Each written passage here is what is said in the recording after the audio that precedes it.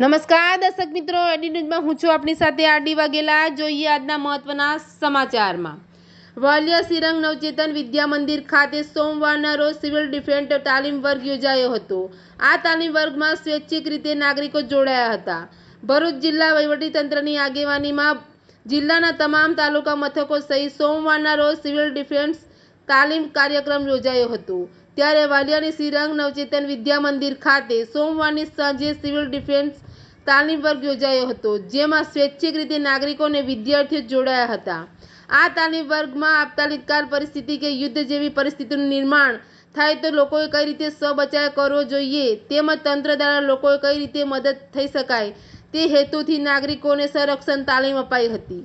આ કાર્યક્રમ મામલતદાર શ્રદ્ધા નાઈક, વાલિયા પોલીસ મથકના એમ.બી. તોમર તેમજ અન્ય અધિકારીઓ ઉપસ્થિત રહ્યા હતા। એડી ન્યૂઝ સાથે રિપોર્ટર જયેશ પ્રજાપતિ, અંકલેશ્વર।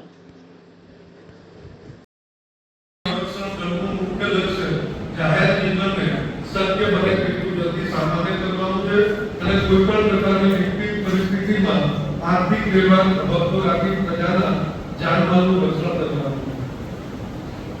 આ બધી અઘટિત પરિસ્થિતિઓનું નિર્માણ ત્યારે થાય કે જ્યારે લોકો અફવાઓના માધ્યમથી આખી અફવાઓના કારણે લોકો ગેરમાર્ગે દોરાય છે। ગયા વર્ષથી તમને વાત કરું, આપણા વાલિયા, ઝઘડિયા, ભરૂચ જિલ્લાના અલગ અલગ તાલુકાઓથી તો ચોર આવે છે, ઝઘડામાં લોકો દાખલ થઈ ગયા અને અજાણ્યામાં રાહદારીઓને જે પોતાના કામ માટે નીકળ્યા હોય તે ચોરની અફવાઓના કારણે આશા એના પર રાખી એની સાથે ઘણા લોકોને શારીરિક ઇજાઓ પહોંચાડી।